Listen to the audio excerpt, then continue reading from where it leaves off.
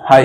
First webinar வந்து once upon a portfolio lessons from behavioral finance. So இந்த webinar வந்து Saturday morning 10 AM to 11 AM நடக்குது.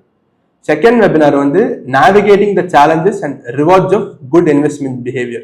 So இந்த webinar வந்து Saturday 11 AM to 12 PM நடக்குது.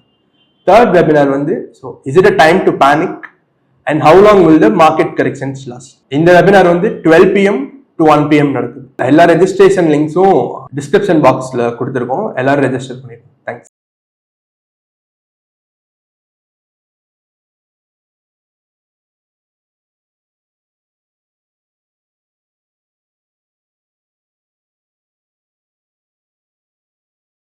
ஒரு கோடிய ஸ்மூத்தா அடையிறது ஏன் முக்கியம்? நம்ம மைல்ஸ்டோன்ஸ் வெல்த் அப்படின்னு ஒரு ப்ரோக்ராம் ஆரம்பிச்சு ஒரு கோடிக்கு எல்லாரையும் கொண்டு போகணும்னு ஒரு முயற்சியில ஈடுபட்டிருக்கோம். ஏன் இந்த ஒரு கோடி இலக்கை நம்ம செட் பண்ணோம்? நாம ஒரு கோடி அப்படின்னு பேச ஆரம்பிக்கும் போது யாருமே அந்த ஒரு கோடி இலக்கை பத்தி பேசல. ஆனா அதுக்கப்புறம் பாத்தீங்கன்னா எனக்கு தெரிஞ்ச வரைக்கும் எனக்கு கிடைக்கக்கூடிய தகவல்கள் படி கிட்டத்தட்ட எல்லாருமே வீடியோல பேசும்போது ஒரு கோடின்னு வச்சு பேசுறாங்களாம். அது பல பேரையும் ரீச் ஆகுதுன்னு சொல்றாங்க. நல்லதுதான், இந்த வெல்கம் இட். பட் ஒரு கோடி நம்ம ஏன் பேசணும்ன்றத திரும்பவும் ஜாக் பண்ண போறேன். உங்களுக்கு என்ன பொறுத்த வரைக்கும் ஃபர்ஸ்ட் 1 crore ஒருத்தர் எப்படி ரீச் பண்றாருங்கிறது தான் அவர் லைஃப்ல எவ்வளவு வெல்த் கிரியேட் பண்ண போறாருங்கிறதுக்கான ஒரு டேஸ்ட் மேக்கர். அதுதான் வேகத்தை செட் பண்ண போகுது. சரி, வேகமா ஒரு கோடி ரீச் பண்ணிடலாமா சார் அப்படின்னு உடனே ஒரு கேள்வி இயல்பா நம்ம மைண்ட்ல வரும். எனக்கும் வந்தது. பட் பிரச்சனை என்ன தெரியுமா? வேகம் இல்லை. ஏன்னா வேகமா ஒரு கோடி இலக்கு அடையணும் அப்படிங்கிறதுக்காக நம்ம எடுக்கக்கூடிய சில முடிவுகள், வழிமுறைகள், நாம நிதி திரட்டக்கூடிய விதங்கள் எல்லாமே சரியா இருக்காது.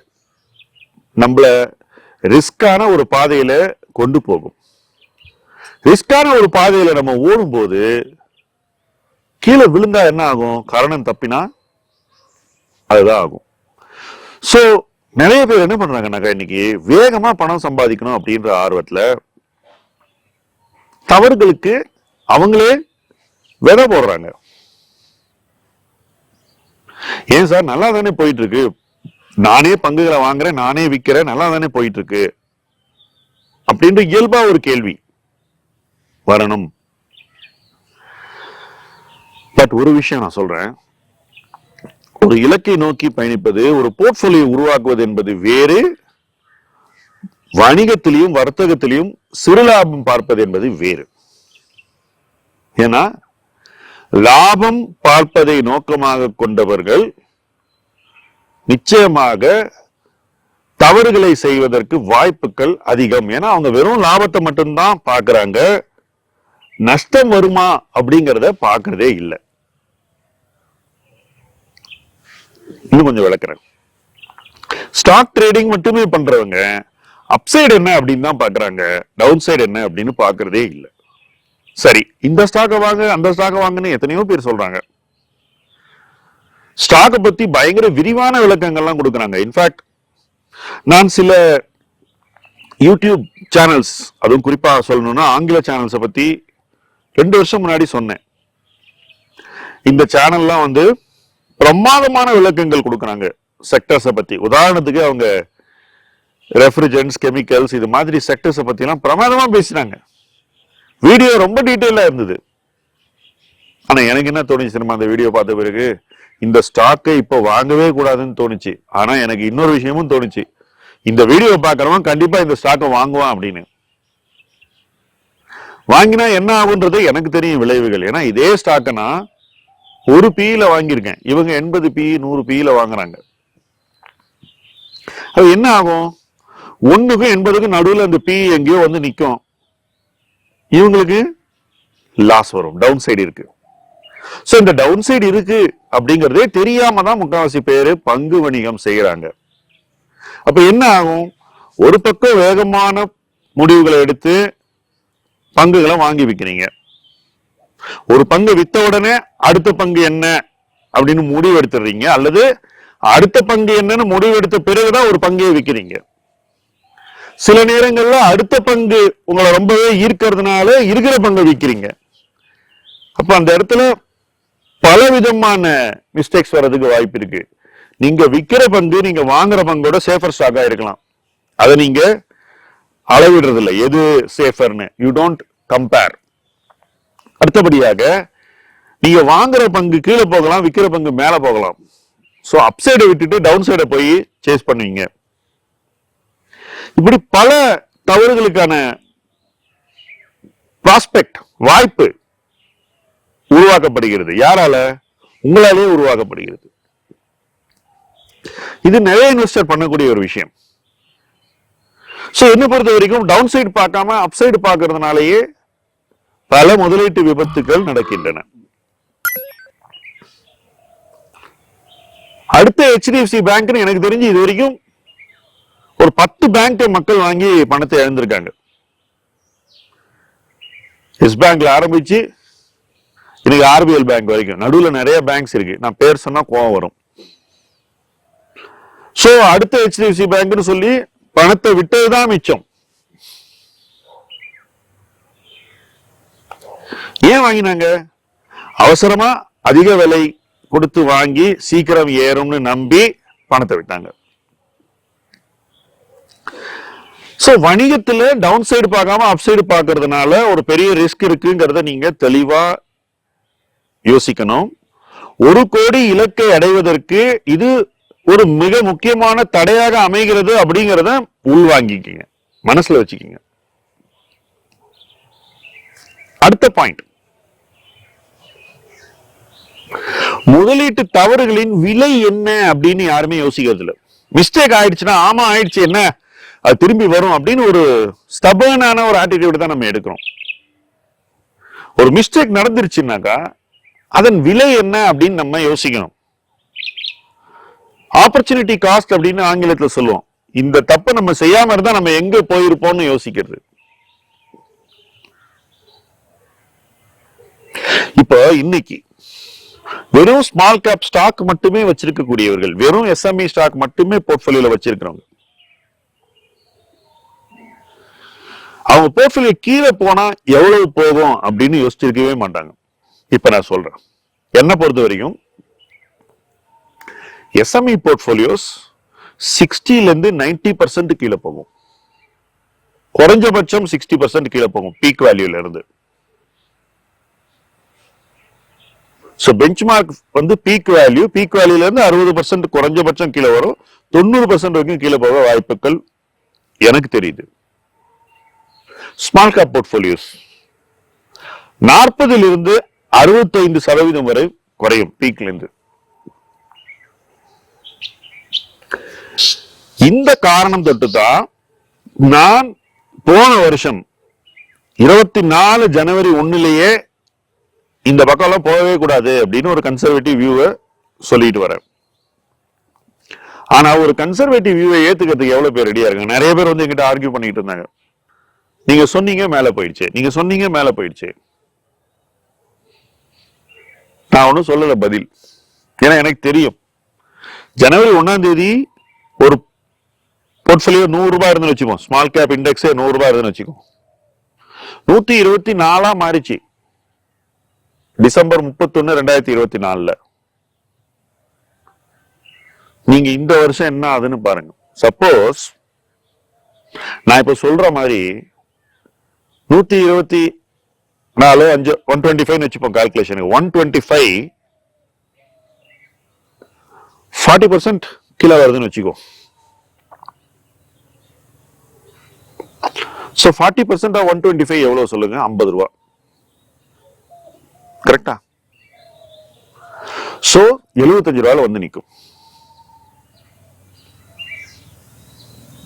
சோ ஒரு வருஷம் 25% ஏர்ன் பண்ணிட்டு பாத்தியா நான் காமிச்சிட்டேன் அப்படின்னு ஒரு மமதையில நம்ம இருந்தோம்னாக்கா, அடுத்த வருஷம் 40% கீழே வந்துச்சுன்னா நம்ம ஆக்சுவல் கேபிட்டல்ல 25% இழந்திருப்போம். 2 வருஷம் போயிருக்கும். இப்ப ஆப்பர்ச்சுனிட்டி காஸ்ட் என்ன? காலம், டைம். இதே நேரத்தை நீங்க கோல்ட்ல போட்டிருந்தீங்கன்னா, கோல்ட்ல இருந்து அதுக்கப்புறம் லார்ஜ் கேப்புக்கு போயிருந்தேன்னா 2 வருஷம் கழிச்சு நீங்க லார்ஜ் கேப்ல இருந்து ஸ்மால் கேப்புக்கு திருப்பி போயிட முடியும். அங்க மறுபடியும் ஒரு ஜேர்னி ஆரம்பிக்கிறதுக்கு ஒரு வாய்ப்பு இருக்கு. ஆனா உங்க 100 ரூபாய் 125 ரூபாயா இருக்கும் 2 வருஷம் கழிச்சு, அல்லது அதுக்கும் மேல இருக்கும். ஆனா இங்க 100 ரூபாய் 75 ரூபாயா இருக்கும். சரி, நான் 40% குறைஞ்சாலே இவ்வளவு, 60% குறைஞ்சா என்ன யோசிச்சு பாருங்க, 50 ரூபாய்க்கு வந்துடும், பாதி ஆயிடும். இதுதான் நான் ஒரு இடத்துல இன்வெஸ்ட் பண்ணக்கூடாதுன்னு வார்னிங் கொடுக்கறதுக்கான காரணம். இதை பொதுவெளியில தான் சொல்றேன். நான் ஒன்னும் ஒளிவு மறைவா சீக்கிரட்டா யாருக்கும் சொல்ல, ஓப்பனா தான் சொல்றேன். பட் எவ்வளவு ஓப்பனா சொன்னாலும் கிரீட் இருக்கு பாருங்க, அது எல்லாருடைய கண்ணையும் மறைச்சிரும். இதுதான் என்னுடைய அனுபவம், இதுதான் என்னுடைய பாடம். இந்த பாடத்துல இருந்தா நான் வளர்ந்து வந்திருக்கேன். ஆனா நான் இந்த பாடத்தை கத்துக்கிட்டது மார்க்கெட்டுக்கு 2 வருஷத்திலேயே. ஆனா இன்னைக்கு 2020 மார்க்கெட்டுக்கு வந்தவங்க 5 வருஷம் கழிச்சு அந்த பாடத்தை கத்துக்கிட்டு இருக்காங்களா அப்படின்னு கேட்டாக்கா என்னுடைய சாட்டிஸ்பாக்சனுக்கு இல்லை அப்படின்னு தான் நான் சொல்லுவேன். அவங்களுக்கு எது நல்லதோ அந்த அளவுக்கு இல்லைன்னு உறுதியா சொல்லுவேன். அதுக்கு பல காரணங்கள் இருக்கு. அந்த காரணங்களை அவங்க தான் யோசிக்கணும். ஏன்னா நான் சொன்னாக்கா அது பல பேருக்கு பிடிக்கல, நானும் சொல்ல விரும்பல. பட் நேரடியாக அதை சொல்லாம ஒரு பெட்டர் பாத்தை காட்டணும்ன்றது எனக்கு டெஃபினட்டா இருக்கு. ஏன்னா நான் சொன்னது போல முதல் 1 கோடியே ஒருத்தர் சீக்கிரம் ஸ்மூத்தா ஏர்ன் பண்ணணும், டவுன் சைடு இல்லாம ஏர்ன் பண்ணணும், ஆப்பர்ச்சுனிட்டி காஸ்ட் இல்லாம ஏர்ன் பண்ணணும். இதெல்லாம் இல்லாம நடக்கணும்ன்றதா என்னுடைய விருப்பம். இந்த விருப்பத்தின் ஒரு வெளிப்பாடு தான் நான் மைல்ஸ்டோன்ஸ் வெல்த் அப்படின்னு ஆரம்பிச்சு அதுல 2024ல ரொம்பவே போக்கஸோட சில விஷயங்களை பண்ணோம். உதாரணத்துக்கு வெறும் லார்ஜ் கேப்ல இன்வெஸ்ட் பண்ணோம் ஈக்விட்டி சைட்ல. அடுத்தபடியாக சேஃப் திமேட்டிக்ஸ்ல போட்டோம். அதுக்கு அடுத்தபடியாக கோல்ட் அண்ட் சில்வருக்கு நல்ல அலோகேஷன் கொடுக்கணும்னு சொன்னோம். அதுக்கு அடுத்தது தொடர்ந்து டெட்ல இன்வெஸ்ட் பண்ணுங்கன்னு அறிவுறுத்தினோம். பட் இதுல ஒரு உண்மையை நான் ஒத்துக்கதான் வேணும். 20% ஆஃப் த பீப்புள் தான் இதுல எல்லா ஆலோசனையும் கேட்டாங்க. 80% ஆஃப் த பீப்புள் தங்களுக்கு எது வேணுமோ அதை மட்டும் தான் எடுத்துக்கிறாங்க. இது எப்படி இருக்கு தெரியுமா? ஒரு நம்பகமான மருத்துவர்கிட்ட போறீங்க, அவர் ஒரு பிரிஸ்கிரிப்ஷன்ல 5 மாத்திரை எழுதுறாரு, நீங்க 1 மாத்திரம் வாங்கி சாப்பிடுறீங்க, 4 விட்டுறீங்க. அந்த வைத்தியம் எந்த அளவுக்கு இருக்கும்னு நீங்களே தான் யோசிக்கணும். சோ எல்லாரும் என்ன பண்ணாங்கன்றதையும் இங்க சொல்றேன். ஈக்விட்டி மட்டும் எனக்கு போறோம், இதுதான் எல்லாரும் எடுத்த முடிவு.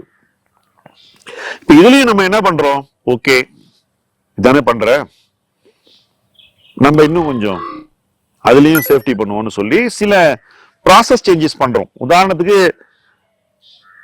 ஒரு 10,000 ரூபாய் போடக்கூடிய இன்வெஸ்டரை ஸ்டாகர் பண்ணி இன்வெஸ்ட் பண்ண வைக்கிறோம். அது பாட்டு ஓடிக்கிட்டு இருக்கு எஸ்டிபியில. சோ கொஞ்ச நேரம் வட்டியில கொஞ்சம் ஏர்ன் பண்றாங்க, அங்கிருந்து ஈக்விட்டிக்கு போகுது. இதை அவங்கள ஓரளவுக்கு காப்பாத்திரும். மறைமுகமா அவங்க டெட்ல போட வைக்கிறோம். இதுல சில வேடிக்கையான நபர்கள் மைல்ஸ்டோன்ஸ் வெல்த்ல கொஞ்சமா இன்வெஸ்ட் பண்ணுவாங்க, சைட்ல நிறைய இன்வெஸ்ட் பண்ணுவாங்க. அவங்களே நேரா போய் என்னடான்னு கேட்டாக்கா அந்த 0.5% சேவ் பண்றாங்களாம். என்னுடைய ப்ரொஃபஷனல் லைஃப்ல நான் ஒரு இன்வெஸ்டருக்கு என்னுடைய இன்வெஸ்ட்மெண்ட் ப்ராசஸ் மூலமாக சேவ் பண்ணது 400ல இருந்து 500 பேசிஸ் பாயிண்ட், 4ல இருந்து 5%. இந்த 4ல இருந்து 5% நிச்சயமா டைரக்ட்ல போய் சேவ் பண்ணவே முடியாதுங்கிறது எனக்கு தெரியும். பட் நான் எதுவும் சொல்றது இல்லை. இந்த மாதிரி ஒரு சிலியான வழிமுறைகள்லாம் ஒருத்தனை ஒரு பெட்டர் பிளேஸ் கொண்டு போதான் எனக்கு உறுதியா தெரியும். அப்படி பண்றவன் அந்த சாய்ஸ் அவன் தான் அந்த ஆப்பர்ச்சுனிட்டி காஸ்ட் அவன் மேல விதைச்சுக்கிறான். சீப்னு நினைக்கிறான், ஆக்சுவலா காஸ்ட்லி. ஏன்னா நம்ம பண்ணக்கூடிய சேஞ்சஸ் அவனால பண்ணவே முடியாது, நிச்சயமா பண்ண முடியாது. நம்ம பண்ணக்கூடிய டோசேஜ் அவங்களால பண்ண முடியாது, நம்ம பண்ணக்கூடிய இம்பாக்ட் காப்பி அடிக்கவே முடியாது. இன்ஃபேக்ட் நான் எந்த ஒரு முதலீட்டாளருடைய வழிமுறையையும் தேர்வுகளையும் காப்பி அடிக்காததுக்கு காரணம் நான் இந்த ஒரு சிம்பிளான பிரின்சிபலை மதிக்கிறது தான். இன்னொருத்தனை காப்பி அடிச்சு அவன் பண்ற ரிட்டர்னை உங்களால எப்பவும் செய்ய முடியாது. மோஸ்ட் ஆஃப் த டைம் அதை விட மோசமான ரிட்டர்ன் தான் கிடைக்கும். மேபி ரேரஸ்ட் ஆஃப் ரேர்ல நீங்க ஏதோ ஒரு நல்ல டெசிஷனை அதிகமா பண்ணி அதை விட பெட்டர் ரிட்டர்ன் பண்ணுவீங்க. சோ முக்காவாசினர் இந்த காப்பி அடிச்சு தப்பா பண்றது இல்ல, ஆப்பர்ச்சுனிட்டி காஸ்ட் தான் இருக்கும், டவுன் சைடு தான் இருக்கும். But we can't help it. இந்த ப்ராசஸ்ல எல்லாரும் கரெக்டா இன்வெஸ்ட் பண்ணாக்கா ஆப்பர்ச்சுனிட்டி காஸ்ட் இல்லாம டவுன் சைட குறைவா வச்சு அந்த இலக்கை ஸ்மூத்தா அடைய முடியும். அதுக்கு வாய்ப்பு இருக்கு. இதுதான் மைல்ஸ்டோன்ஸ் வெல்த்ல நம்ம வெளியே நடக்கிற விஷயங்களை பார்த்து ப்ராசஸ்ல கொண்டு வந்திருக்கிற பல அம்சங்கள். இதே விஷயத்தை இதுக்கு முன்னாடி கிட்டத்தட்ட 500 crores worth of assetsக்கு நாங்க RIA ரொம்ப சக்சஸ்ஃபுல்லா பண்ணோம். அதுக்கு ஃபீஸ் கொடுத்து பீப்புள் இருந்தாங்க. பட் எவ்வளவு பேரை நம்ம ஸ்மூத்தா இம்பாக்ட் பண்றோங்கிறது ரொம்ப முக்கியம். இதுக்கு மேல வளர முடியாது அப்படின்னு ஒரு விஷயம் இருக்கும்போது, அல்லது இதுக்கு மேல வளர்ந்தாக்கா அது இதே குவாலிட்டியில பண்ண முடியாதுன்னு தோணுச்சுன்னா என்னை பொறுத்த வரைக்கும் நான் நிறுத்திடுவேன். அதுதான் நான் பண்ணேன். எனக்கு இதே எஃபிஷியன்சில 5000 பேரை வச்சு பண்ண முடியாதுன்னு தோணிடுச்சு. வெறும் 500 பேரை இம்பாக்ட் பண்றதுல எனக்கு இன்ட்ரெஸ்ட் இல்லை. அந்த 500 பேருக்கும் நம்ம என்ன பண்றோங்கிறது புரிஞ்ச மாதிரி எனக்கு தெரியல. ஏன்னா நீங்க பாருங்க, ஒரு பெஞ்ச் மார்க் மேல 3-4% எக்ஸ்ட்ரா ஏர்ன் பண்றாங்க, 5% எக்ஸ்ட்ரா ஏர்ன் பண்றாங்க.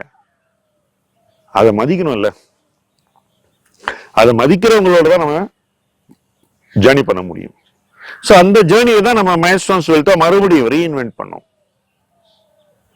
பட் யோசிச்சு பாருங்க, அதுல கிளைண்ட் எங்களுக்கு இதுல கிடைக்கிற ரெவன்யூவோட 2 times பே பண்ணிட்டு இருந்தாங்க. But still we decided to do this because இதுல எங்களால ஸ்மூத்தா இம்பாக்ட் பண்ண முடியும். இதே எக்ஸ்பீரியன்ஸை நான் 1,00,000 பேர் வந்தாலும் செய்ய முடியும். எனக்கு கான்ஃபிடன்ஸ் இருக்கு. அந்த ப்ராசஸ் ஸ்மூத்தா இருக்கும், ஹார்மோனியஸா இருக்கும். டவுன் சைடு இருக்காது, ஆப்பர்ச்சுனிட்டி காஸ்ட் இருக்காது, அடைய வேண்டிய இலக்கை சரியா அடைவாங்க, முதலீட்டு தவறுகளை முழுவதும் தவிர்ப்போம். இப்ப லாஸ்ட் பாயிண்ட் தான் இந்த வீடியோனுடைய மைய புள்ளி. முதலீட்டு தவறுகளை தவிர்ப்பதுதான் 1 கோடி இலக்கை ஸ்மூத்தா அடைவதற்கான சீக்ரெட் சாஸ். மிஸ்டேக் வரவே கூடாது. மிஸ்டேக் வந்தா அது ரொம்ப ஈஸியா கரெக்ட் பண்ற மாதிரி இருக்கணும். பெரிய மிஸ்டேக்ஸ் வந்தா ஈஸியா கரெக்ட் பண்ணவே முடியாது. இண்டிவிஜுவல் ஸ்டாக் பிக்கிங்ல பெரிய மிஸ்டேக் வர்றதுக்கு நிறைய வாய்ப்புகள் இருக்கு. ஏன்னா ஒருத்தர் ஏன் அந்த ஸ்டாக்கை சொல்றாரு அப்படிங்கிறது உங்களுக்கு எந்த அளவுக்கு டிரான்ஸ்பரண்டா இருக்குன்றத நீங்க தான் யோசிக்கணும். சிபாரிசு, ஆலோசனை அப்படிங்கிறது, டிப் கொடுப்பது என்ன பொறுத்த வரைக்கும் மேலோட்டமான ஒரு இன்புட், டீப் இன்புட் இல்ல. ஸ்டாக் இன்வெஸ்டிங்ல மேலோட்டமான இன்புட்ஸை வச்சு நம்ம இன்வெஸ்ட் பண்ணும்போது தவறு செய்வதற்கான வாய்ப்புகள் அதிகம். இப்ப 2025 இந்த வாய்ப்புகள் இன்னும் அதிகரிக்கின்றன. தவறு நடப்பதற்கான சாத்தியக்கூறுகள் இன்னும் அதிகமாகிவிட்டன அப்படிங்கிறது தான் என்னுடைய முக்கியமான பாயிண்ட். அந்த ரிஸ்க் உங்களை 1 crore இலக்கை அடைவதற்கான பயணத்துல அதிகம் பாதிக்கும். அந்த பாதிப்பு உங்களை 1 crore அடையாம செஞ்சிடும், அல்லது ரொம்ப நீங்க அடைய வேண்டிய நேரத்தை விட 2 times டைம் எடுக்க செஞ்சிடும்.